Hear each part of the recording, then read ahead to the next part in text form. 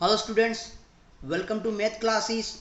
Today we solve exercise 6.3 for standard 6 lines and angles for standard 9th.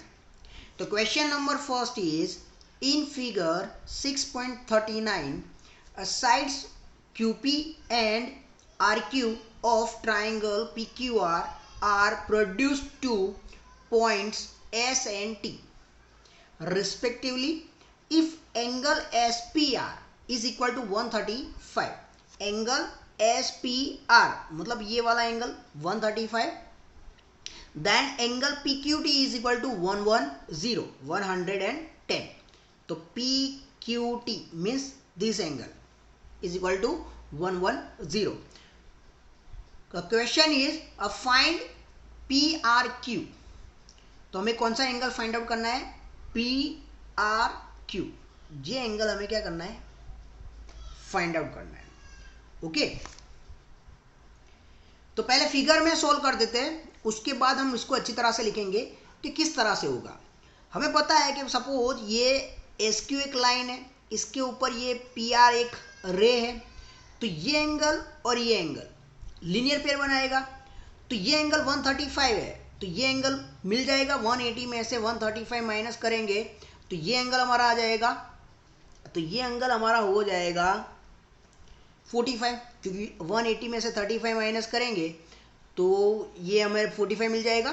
दूसरा, अगर suppose यहाँ पे TR को एक लाइन मान लेते हैं तो उसके ऊपर ये PQ या तो SQ क्या हो जाएगा, एक रे हो जाएगी. तो यहाँ पे भी क्या बन जाएगी, ये एक लीनियर पेयर बन जाएगी. तो ये एंगल 110 है, तो ये एंगल और ये एंगल दोनों का प्लस कितना हो जाएगा 180, क्योंकि ये लीनियर पेयर बना देंगे. तो ये 110 है, तो ये भी कितना हो जाएगा, ये कितना हो जाएगा 70 हो जाएगा, क्योंकि 110 को 180 में से माइनस करेंगे तो ये कितना मिल जाएगा 70. अब हमें पता है कि एंगल सम प्रॉपर्टी क्या होती है.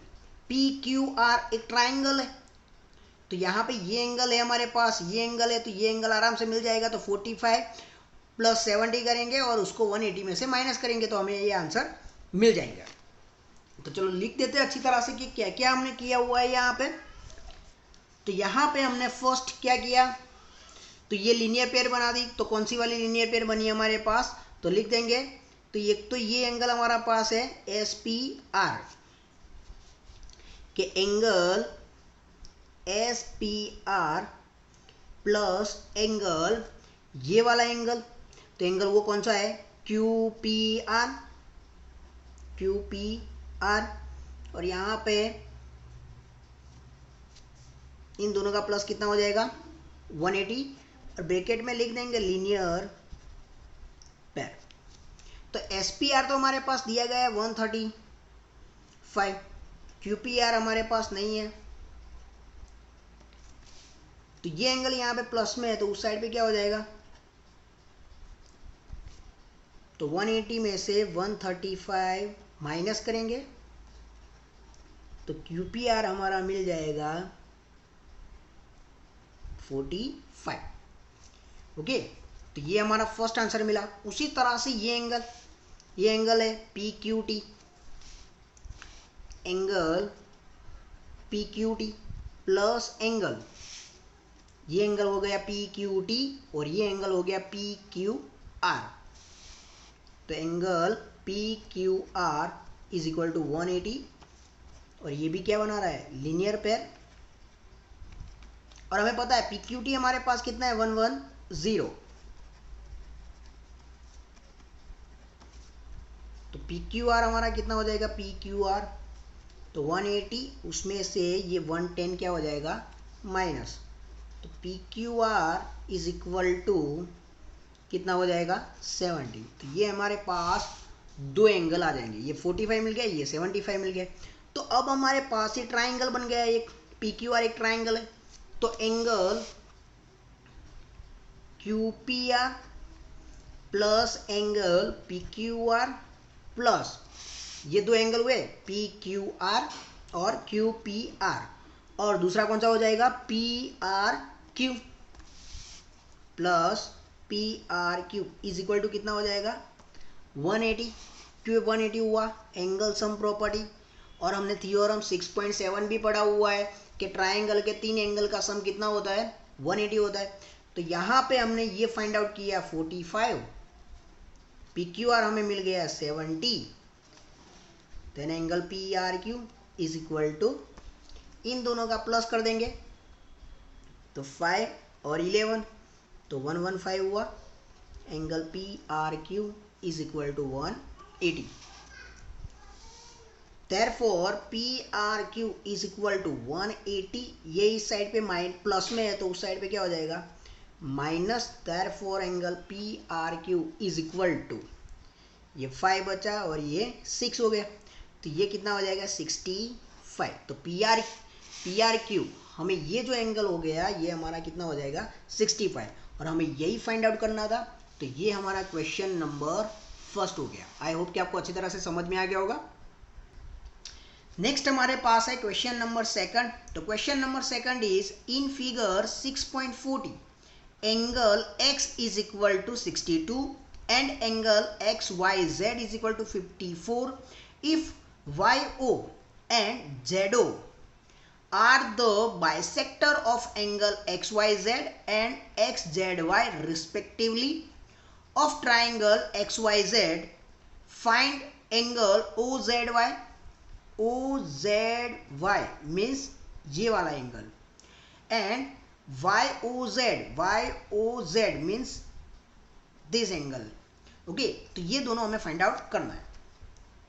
तो यहाँ पे किस तरह से करेंगे, तो पहले तो हमें क्या दिया गया है, सपोज यहाँ पे मैं एक और फिगर बना देता हूँ, X Y और Z, हमें ये एंगल दिया गया है 62, ये पूरा एंगल मतलब XYZ ये पूरा एंगल दिया गया है 54। तो इसका मतलब कि हमारे पास दो एंगल तो है, तो तीसरा तो ऑटोमेटिकली मिल जाएगा। एंगल सम प्रॉपर्टी का यूज करेंगे, तो पहले वो फाइंड आउट कर लेते हैं। तो angle X plus angle Y plus angle Z is equal to 180, क्योंकि ये क्या हो जाएगा एंगल सम प्रॉपर्टी। या तो आप इस तरह से भी लिख सकते हो कि YXZ XYZ और XZY, इस तरह से भी लिख पाएंगे। तो यहाँ पे एंगल हमें जो x दिया गया है वो कितना हमारे पास 62, प्लस एंगल y हमारे पास दिया गया है 54, z हमारे पास नहीं है, तो यहाँ पे 62 प्लस 54, तो ये हमारा आंसर आ जाएगा 116। तो ये हमारा एंगल z, तो ये प्लस में है तो उस साइड पे क्या हो जाएगा माइनस, तो angle z is equal to 180 minus 116। तो angle z is equal to, इसको माइनस कर देंगे तो हमारे पास बचेगा 64। तो ये हमारा क्या हो जाएगा z हो जाएगा। तो ये हमें एंगल z मिल गया, मतलब ये पूरा एंगल हमारे पास कितना आ गया 64 आ गया। अब क्वेश्चन के अंदर ध्यान से देखो कि जो YO है, ये YO है वो कौन से एंगल का, XYZ का, और ये जो ZO है वो एंगल XZY का क्या है, बाइसेक्टर। और बाइसेक्टर क्या करता है, जो एंगल होता है उसको हाफली डिवाइड करता है, हाफ डिवाइड करता है। इसका मतलब कि अगर ये Y, सपोज यहाँ पे बता देता हूँ कि ये जो Y एंगल है वो पूरा 54 है और इसके दो टुकड़े हो गए, तो ये 54 का हाफ हो जाएगा, मतलब ये कितना हो जाएगा, ये 54 है तो ये कितना हो जाएगा 27, और ये भी कितना हो जाएगा 27। उसी तरह से ये जो एंगल है पूरा Z, उसके भी दो टुकड़े हो गए, लेकिन ये क्या है, इसका बाइसेक्टर है, मतलब ये एंगल और ये एंगल दोनों इक्वल हो जाएंगे, तो 64 का हाफ हो जाएगा, मतलब ये कितना हो जाएगा, ये भी 32 हो जाएगा, ये भी 32 हो जाएगा। तो क्या हो गया, ये एंगल 27 हो जाएगा और ये भी कितना हो जाएगा 27, और ये 64 है मतलब ये 32 हो गया और ये भी 32 हो गया। ओके, अब हमें कौन सा एंगल फाइंड आउट करना है, OZY। तो O फाइंड OZY, तो OZY, तो ये तो हमारे पास आ गया 32। तो किस तरह से मिला, तो angle OZY is equal to angle Z divide by 2, क्योंकि एंगल Z का वो क्या है हाफ है, तो एंगल Z कितना है हमारे पास 64 है divide by 2, therefore angle O Z Y is equal to कितना हो जाएगा 32। तो ये हमारा क्या हो गया, सेकंड आंसर हो गया। उसी तरह से हमें ये जो ओ वाई जेड है, क्योंकि आगे हमें ये एंगल फाइंड आउट करना है, इसलिए हमें ये एंगल भी फाइंड आउट करना होगा। तो किस तरह से लिखेंगे, O Z Y angle O Z Y is equal to, वो किसके एंगल का, वाई एंगल जो दिया गया है एक्स वाई जेड, वो वाई एंगल का क्या है, वो भी हाफ है, मतलब ये 54 है, तो इसका हाफ कितना हो जाएगा 27। तो ये हमारे पास आ गया एंगल ओ जेड वाई। अब हमें फाइंड आउट करना है एंगल वाई ओ जेड, ये वाला एंगल फाइंड आउट करना है। तो यहां पे ध्यान से देखो, ओ वाई जेड मतलब ये एंगल हमारे पास है 27 ओ वाई जेड, और ये एंगल है ओ जेड वाई, वो हमारे पास है 32, और ये एंगल हमें फाइंड आउट करना है। मतलब ये वापस से ओ वाई जेड क्या बन रहा है, एक ट्राइंगल बन रहा है। तो एंगल सम प्रॉपर्टी का यूज करेंगे, हमारे पास दो एंगल है तो तीसरा ऑटोमेटिकली मिल जाएगा। तो हम यहाँ पे वही लिखेंगे, उसी प्रॉपर्टी का यूज करेंगे कि एंगल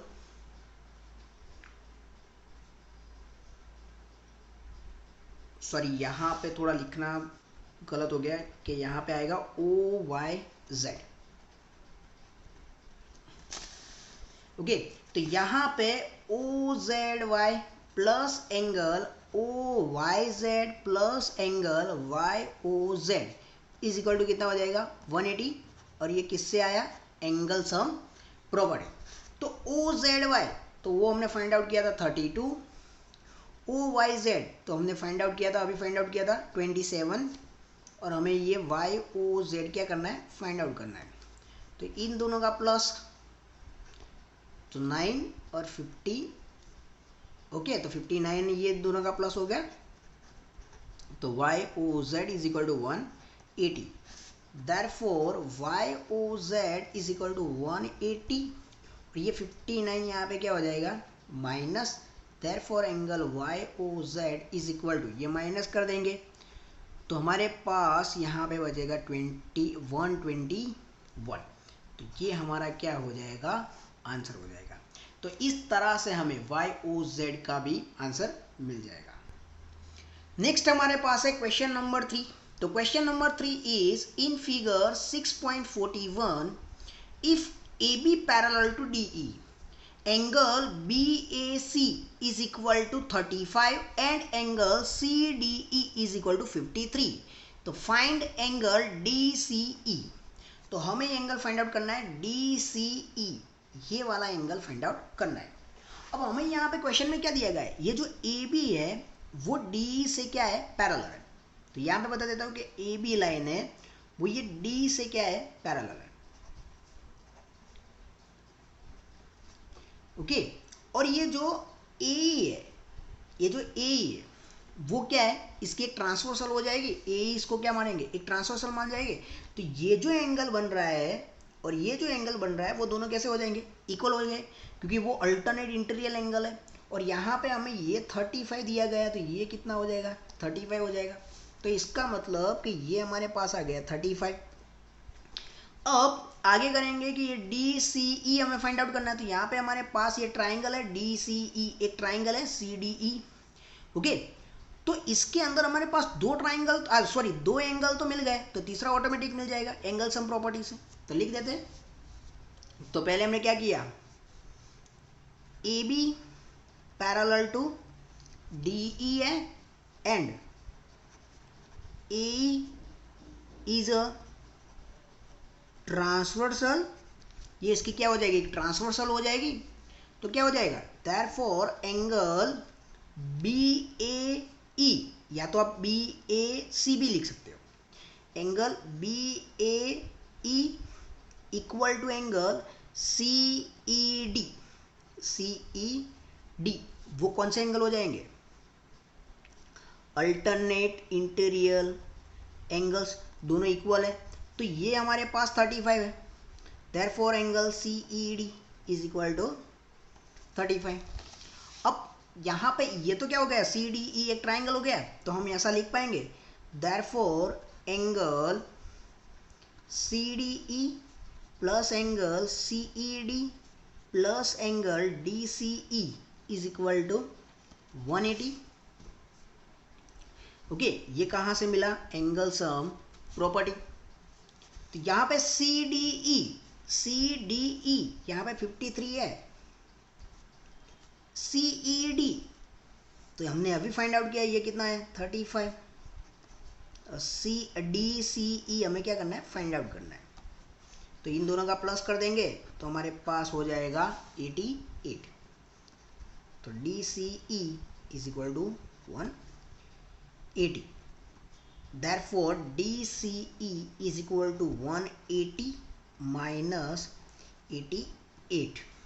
तो therefore हमारा आंसर आ जाएगा DCE is equal to, minus कर देंगे तो हमारा आंसर बचेगा 92।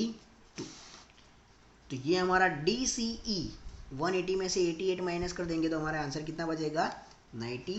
तो ये हमारा क्वेश्चन नंबर 3 हो गया। आई होप कि आपको अच्छी तरह से समझ में आ गया होगा। नेक्स्ट हमारे पास है question number 4। Question number 4 is in figure 6.42 if lines PQ and RS intersect at point T such that angle PRT is equal to 40। तो हमें ये दिया गया है 40। देन RPT, तो RPT मीन्स ये दिया गया है 95 एंड एंगल TSQ मतलब TSQ दे दिया है 75। तो हमें बोला गया है कि फाइंड SQT, SQT ये हमें एंगल फाइंड आउट करना है। तो यहाँ पे तो आसानी से मिल जाएगा क्योंकि यहाँ पे 2 ट्राइंगल बन रहे हैं और यहाँ पे ये ट्राइंगल के अंदर 2 एंगल है, तो तीसरा वाला ये मिल जाएगा। ये मिल गया तो ये दोनों वर्टिकल ऑपोजिट एंगल हो जाएंगे, तो हमें ये भी एंगल मिल जाएगा। ये दोनों एंगल मिल गए तो ये तीसरा भी एंगल सम प्रॉपर्टी से मिल जाएगा। तो अब कर देते, तो यहाँ पे लिख देते कि एंगल कौन सा है, PRT plus angle RPT plus angle PTR is equal to 180 angle sum property. तो PRT कितना दिया गया है 40 plus RPT 95 plus angle PTR is equal to 180। इन दोनों का प्लस कर देंगे तो 135 हो जाएगा plus PTR is equal to 180। तो 135 प्लस में है तो उस साइड पे क्या हो जाएगा माइनस। देयरफॉर हमारे पास PTR मिल जाएगा 45। 180 में से 135 माइनस करेंगे तो कितना बचेगा 45। तो ये हमारे पास आ गया एंगल PTR, मतलब ये हमारे पास आ गया 45। अगर ये 45 है तो ये भी कितना हो जाएगा 45। तो लिख देंगे कि एंगल PTR, PT और R, तो PTR is equal to angle STQ या तो QTS। STQ वो क्या है, वर्टिकली अपोजिट एंगल है और PTR हमारे पास 45 है, तो STQ वो कितना हो जाएगा 45। ओके, तो वापस से ये ट्राइंगल हो गया STQ एक ट्राइंगल है जिसके अंदर 2 एंगल है, तो ये ऑटोमेटिकली मिल जाएगा एंगल सम प्रॉपर्टी से। तो लिख देते आगे, therefore angle STQ plus angle SQT plus angle TQS is equal to 180। तो ये हो गया हमारा एंगल सम प्रॉपर्टी। STQ, तो STQ हमने फाइंड आउट किया अभी, STQ 45 है। SQT हमें फाइंड आउट करना है और ये हमारे पास है TSQ हमारे पास कितना है 75। ये हमें आगे दिया गया है TSQ, ये TSQ मतलब ये 75 हमें दिया गया है। तो वो लिख देंगे और हमें ये फाइंड आउट करना है एस क्यू टी। तो इन दोनों का प्लस कर देंगे तो 0 देन 120 हो जाएगा इन दोनों का प्लस।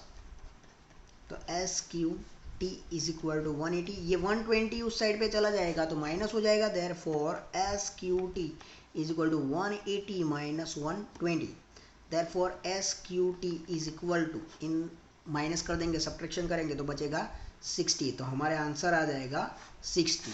तो इसका मतलब कि ये जो एंगल है हमारे पास आ गया 60। तो इस तरह से हमारा क्वेश्चन नंबर जो 4 है वो हो जाएगा। नेक्स्ट हमारे पास क्वेश्चन है question number 5। In figure 6.43 if PQ perpendicular PS, PQ parallel to SR, angle SQR is equal to 28 and angle QRT is equal to 65, then find the value of x and y। तो हमें यहाँ पे x और y find out करना है, जहाँ पे हमें ये दो एंगल दिए गए एस क्यू आर मतलब ये एंगल हमारे पास दिया गया है, और क्यू आर टी ये एंगल दिया गया है 60। अब यहाँ पे हमें दिया गया है कि पी क्यू और एस आर दोनों क्या है, एक दूसरे से पैरेलल है, मतलब ये हमारी पी क्यू है, ये हमारी एस आर है। ओके, तो यहाँ पे हम ऐसा मान लेंगे, ये लाइन सपोज यहाँ पे एक्सटेंड करेंगे, ये लाइन अगर आगे एक्सटेंड होगी तो ये क्यू आर इसकी क्या हो जाएगी, एक ट्रांसवर्सल हो जाएगी। तो ये जो एंगल हुआ और ये जो एंगल हुआ वो दोनों एंगल एक दूसरे से कैसे हो जाएगी, अल्टरनेट इंटीरियर एंगल। ओके, तो ये दोनों एंगल कैसे हो गए, इक्वल हो गए, मतलब ये 65 है तो ये भी तो 65 होगा, लेकिन ये जो एंगल है वो दो पार्ट्स के अंदर डिवाइड हो गया है। कौन से पार्ट, x और 28, मतलब ये पूरा एंगल ये दो एंगल का प्लस होगा। इसका मतलब हम यहाँ पे क्या लिख पाएंगे कि x plus 28 is equal to 65, और यहाँ पे ब्रैकेट में लिख देंगे alternate interior angles.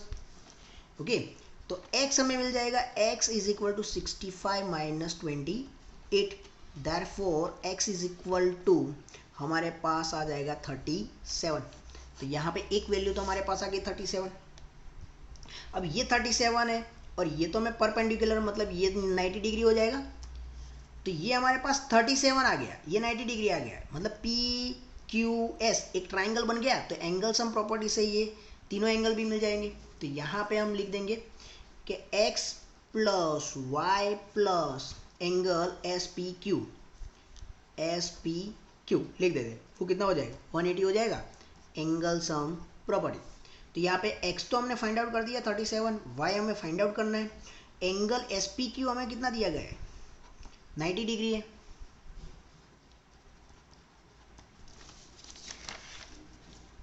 Therefore y plus ये 90 प्लस, तो यहाँ पे 127 हो जाएगा इन दोनों का plus, therefore y is equal to 180, और ये प्लस में है तो इस साइड पे क्या हो जाएगा minus, therefore y is equal to 3 और 7 53। तो हमारे पास y कितना आ जाएगा 53। तो इस तरह से हमारा आंसर ये क्वेश्चन नंबर 5 जो दिया गया है वो हमारा हो जाएगा। आई होप कि आपको अच्छी तरह से समझ में आ गया होगा। अगर आपको कोई डाउट है तो आप अच्छी तरह से वीडियो को दोबारा देखो, आपको अच्छी तरह से समझ में आ ही जाएगा। नेक्स्ट हमारे पास है क्वेश्चन नंबर 6, जो ये एक्सरसाइज का लास्ट क्वेश्चन है। तो question number 6 is in figure 6.44 the side QR of triangle PQR is produced to a point S. If the bisector of angle PQR and angle PRS meet at point T, then prove that angle QTR is equal to 1/2 angle QPR। तो यहाँ पे हमें prove करना है QTR is equal to 1/2 QPR।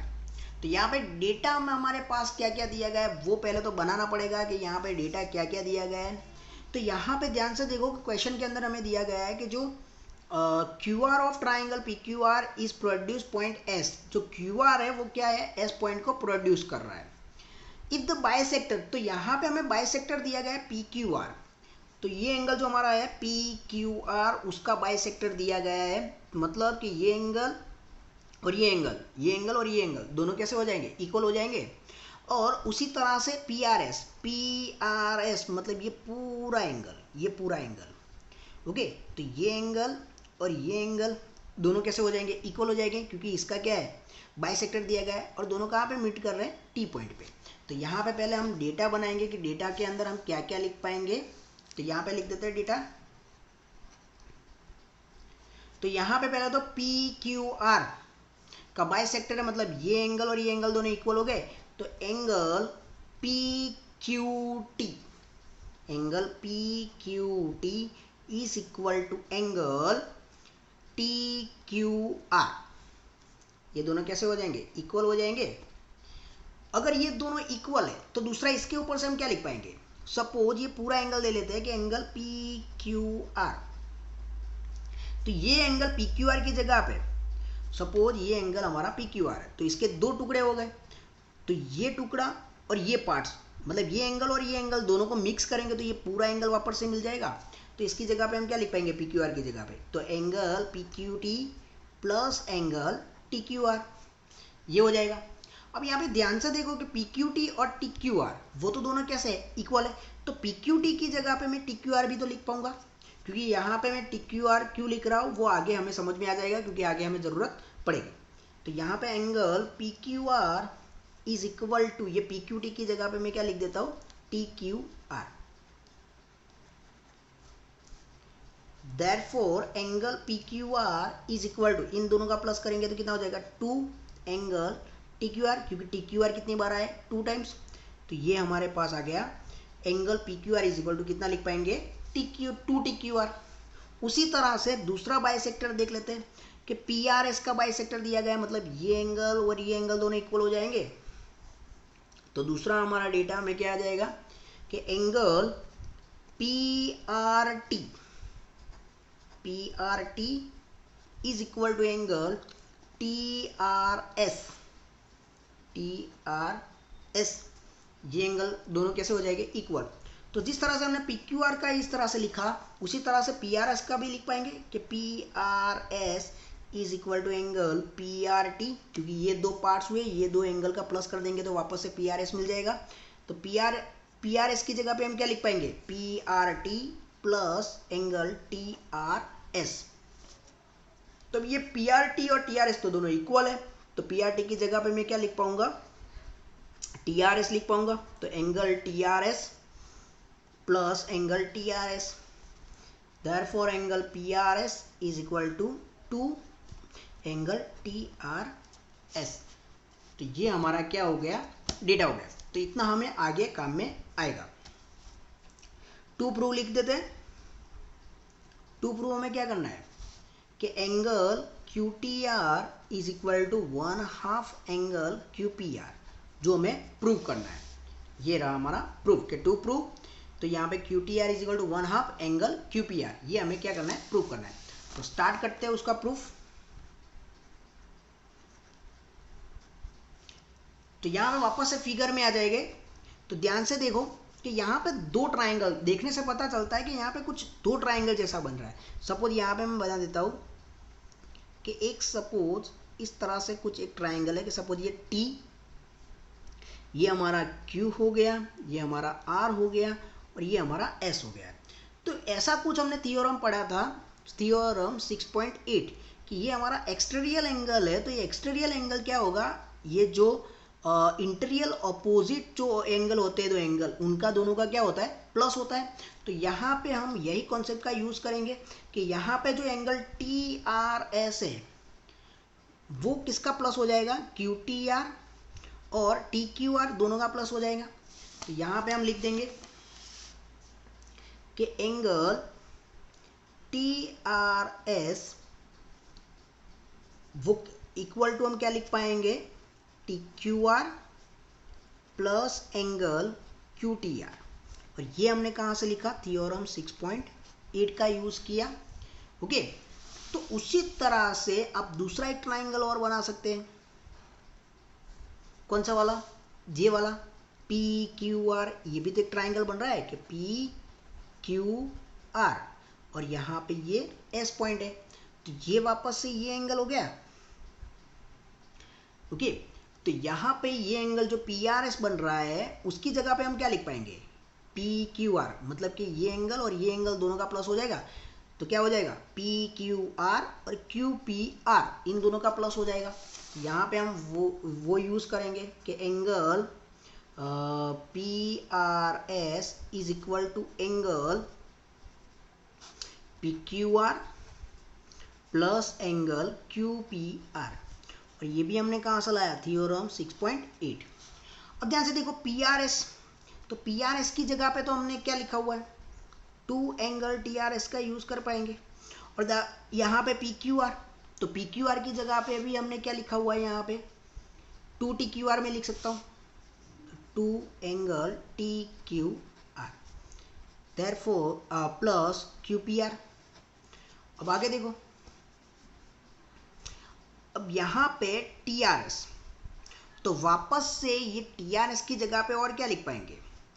ये भी तो लिख पाएंगे टी आर एस की जगह पे, तो यहाँ पे लिख पाएंगे देयरफॉर 2 इन ब्रैकेट, ये टी आर एस की जगह पे क्या लिख पाएंगे? Angle T Q R plus angle Q T are. Okay, तो ये हो जाएगा, तो 2 angle T Q R plus angle Q P are. अब यहाँ पे ब्रैकेट ओपन कर देते हैं, तो ये 2 का मल्टीप्लाई ये एंगल के साथ बन जाए, मतलब कि ये 2 multiply by T Q R plus 2 multiply by Q T R is equal to 2 multiply by T Q R plus Q P R. Okay, अब यहाँ पे भी 2 टी क्यू आर है, यहाँ पे भी 2 टी क्यू आर है, तो ये 2 टी क्यू आर यहाँ पे प्लस में है, इस साइड पे आएगा तो माइनस हो जाएगा, तो ये दोनों की वैल्यू तो कितनी हो गई? 0 हो गए। तो हमारे पास बचा क्या? 2 angle Q T R is equal to angle Q P R. तो यहाँ पे ये मल्टीप्लाई में है, तो उस साइड पे क्या हो जाएगा? डिवाइड हो जाएगा, तो 1/2 एंगल क्यू पी आर, क्योंकि यहाँ पे ये 2 कहाँ पे चला जाएगा? डिवाइड में चला जाएगा, और यही हमें क्या करना था? प्रूव करना था। तो इस तरह से हम आराम से प्रूव कर पाएंगे। यहाँ पे ये क्वेश्चन के अंदर मैंने और कुछ नहीं किया है, यहाँ पे जो 6.8 थ्योरम है उसको अच्छी तरह से यूज करना है, और यहाँ पे जो बाइसेक्टर है उसका अच्छी तरह से यूज करना है। जो डेटा में मैंने आपको बताया उसको अच्छी तरह से देख लेना है, और दूसरा यहाँ पे जो 6.8 थ्योरम है उसका अच्छी तरह से यूज करना आना चाहिए। तो इस तरह से हमारा क्वेश्चन नंबर जो 6 है वो अच्छी तरह से आ जाएगा। आप वीडियो को फिर से रिवाइंड करके देख लेना, रिवाइंड करते देख लेना, तो भी आपको अच्छी तरह से समझ में आ जाएगा। आई होप कि आपको सारे क्वेश्चन अच्छी तरह से समझ में आ गए होंगे। Thank you.